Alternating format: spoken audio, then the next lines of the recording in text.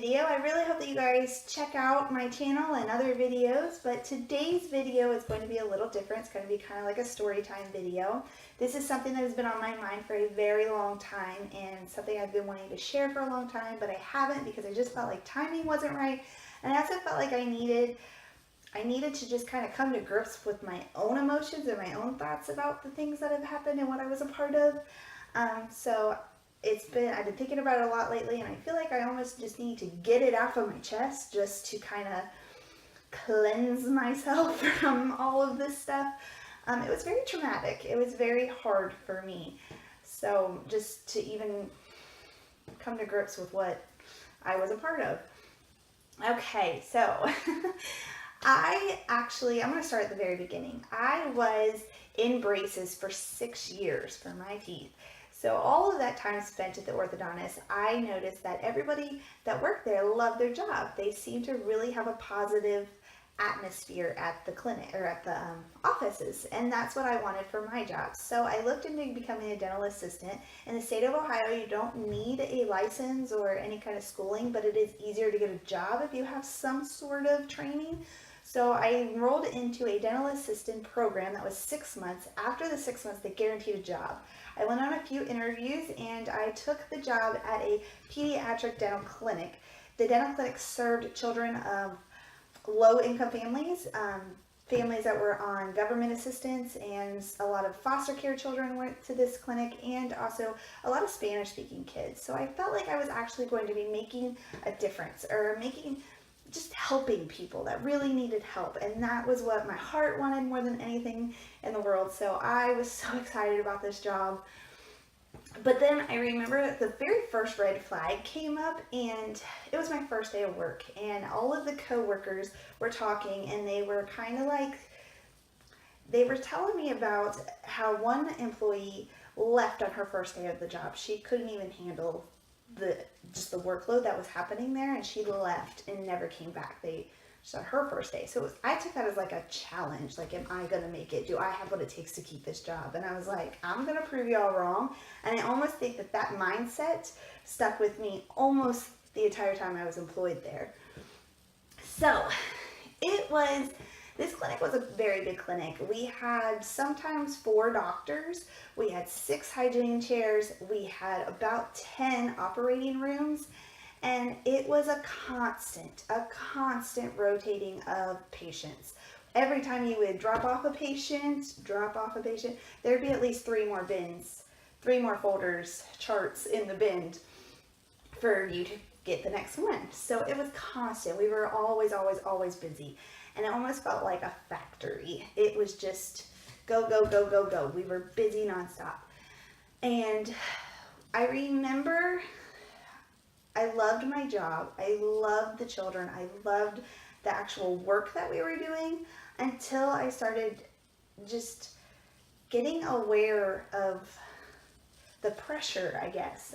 We were always told by corporate, because this is a big company that owned many clinics, and ours was just one of them.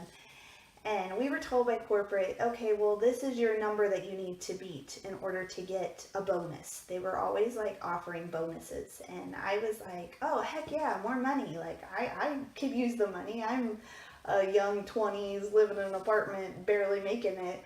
So I was like, heck yeah. But then I started thinking, like, in order for us to make bonuses, we have to do more work on these kids. And they would tell us, it almost like a manipulating thing, that because these parents are government assistant parents, the only reason they're getting government assistance is if they take their child to the dentist's office. If they didn't have to take their kids to the dentist, they wouldn't take them. So once we have these kids, this is our only opportunity to get this work done. We're doing this for the kid. When in reality, if a child has toothaches and tooth pain, then their parent is going to take them to the dentist. So I started just questioning, like, well, why do we need to do this amount of work?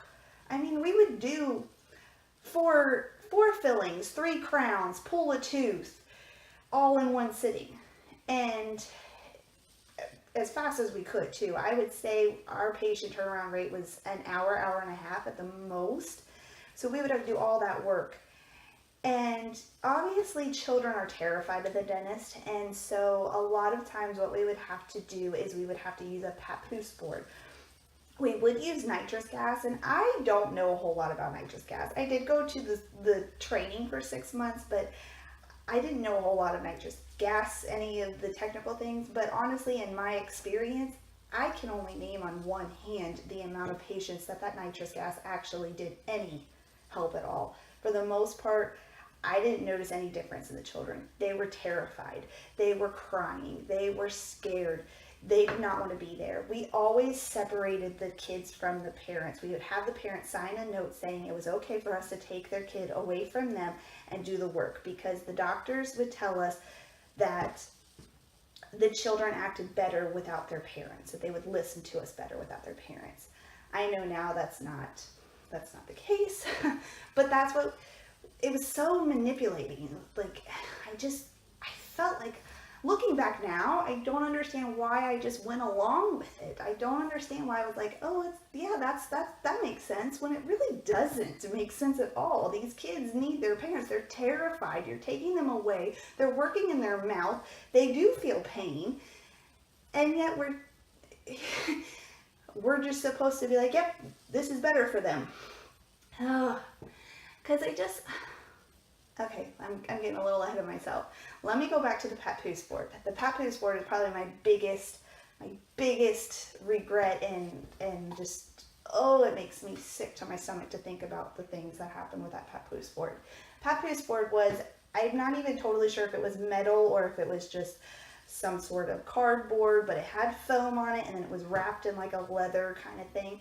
And then we would have a mesh, and it would be a mesh. So first we would take their wrist, and we would strap their wrist down with Velcro onto their sides. And then we would take a mesh blanket, basically, and it would wrap around here, and then the other one would wrap around here, and there was Velcro on each side. These kids were basically straight-jacketed down. And then we would have another assistant who would go behind them, behind the chair, and hold their neck and then hold their forehead still, because these kids would move their head, they would be crying, they would be screaming, they would be moving their whole body, because even though their hands were down, they could still wiggle. So we had to try to hold them down. This is the biggest part that I regret the most, is I was 22, 23 years old. I weighed maybe 100 pounds. Honestly, I was probably 98 pounds. So I would have, the dentist would say, I don't even want to put all of the blame on the dentist, because I was an adult and I did it. I would go on top of the patient and hold the mesh down. I would be basically sitting on top of the patient. I wouldn't be putting my body weight on the patient, but on the mesh, holding them down. I would straddle my legs onto their legs so that I would hold their legs down, and then I would hold their shoulders down. And these were kids that were kids. They were kids. And they were screaming.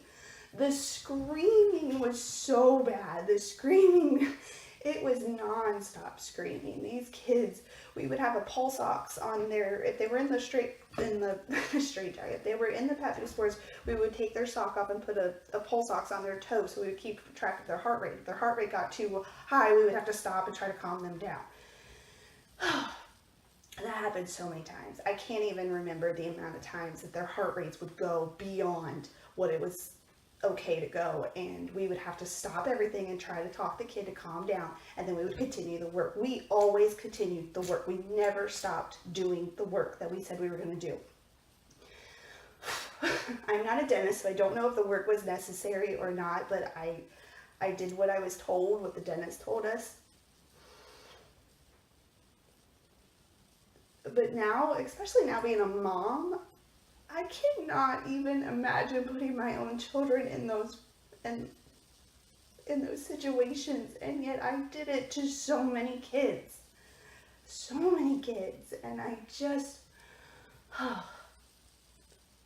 I pray every night that I did not traumatize them. I pray every night that they somehow forgot about it, somehow find a better dentist that knew tactics and ways to take care of their teeth, and that they're not scarred for life because of anything that I was a part of.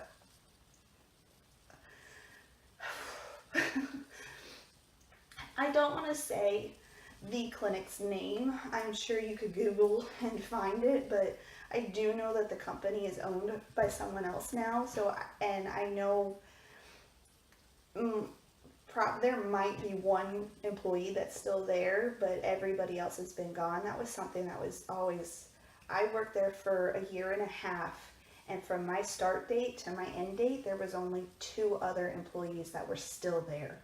2. And we were a huge clinic. So the rotating of employees and the dentist, and it just was a lot. And again, those were all red flags, but I think I was just so young, and I was just so excited to actually have like a professional job, and actually in my mind, I'm doing good. I'm doing really good things for these kids that really need help. And I was so blind. And when I started seeing the things, I started speaking up and saying, this is wrong. And I didn't speak up a lot. I'm not a martyr or anything like that. I'm not a hero, but I did finally start saying stuff, and then I was labeled a troublemaker. Anybody that knows me, I'm the farthest thing from a troublemaker, but I was. I specifically remember I put in my 2 weeks. I was done. I told my husband, I said, I still want to work. He was my boyfriend at the time, but it's like, I still want to work in the dentist industry, but I don't want this company on my resume. I don't want to be associated with them whatsoever. So I quit, and I got a job at just Olive Garden just to make a paycheck. And I was trying to find another job, but I was also going to school for hygiene, which eventually I didn't even finish. But I want to just share because, again, I know I was young, but I also knew in my gut that this was wrong. And I want to encourage anybody else out there that if you're feeling pressure to do something you know is wrong, stand up. Stand up, because I so wish that I did. I specifically remember children's faces that I will never forget. I will never forget their screaming and their nightmare situation that they were put in. And I'm so sorry. I'm so sorry. No money was worth that. No amount of bonuses, nothing. It was not worth that at all. Oh, I still talk to a lot of my old coworkers, and they're wonderful people. Again, I don't want to put blame on certain people. I think the majority of the blame goes to the corporate office, to the main, because it's like if they really cared about children's health and their dental health and their dental future, they would have put in place tactics and just practices that would promote children from loving the dentist. And there was nothing to love about any of their appointments. So, all right, I got that off my chest. Oh, I still feel like crap. And I wish I could go back. I wish I could change so much. I don't know if I could have done anything. I was this little girl, just wide-eyed and excited. I don't know. I hope and pray and pray and pray and pray that things have changed. I think that's it. Thank you guys so much for watching. Like I said, please stand up if you need to. Leave me any kind of comments if you've been in a situation sort of like that where you felt pressured from I don't want to be a hero, but like a David and Goliath kind of thing, where you felt like this small little person and there was this huge company, giant, huge thing that was doing the wrong thing, and you leave me your just let me know what kind of situations were you guys in. I don't know. I don't have much else to say about it. I'm very sorry. I'm very, very sorry. And I think I'm going to start rambling if I don't get off of here now. So thank you guys for watching. I hope you have a wonderful day.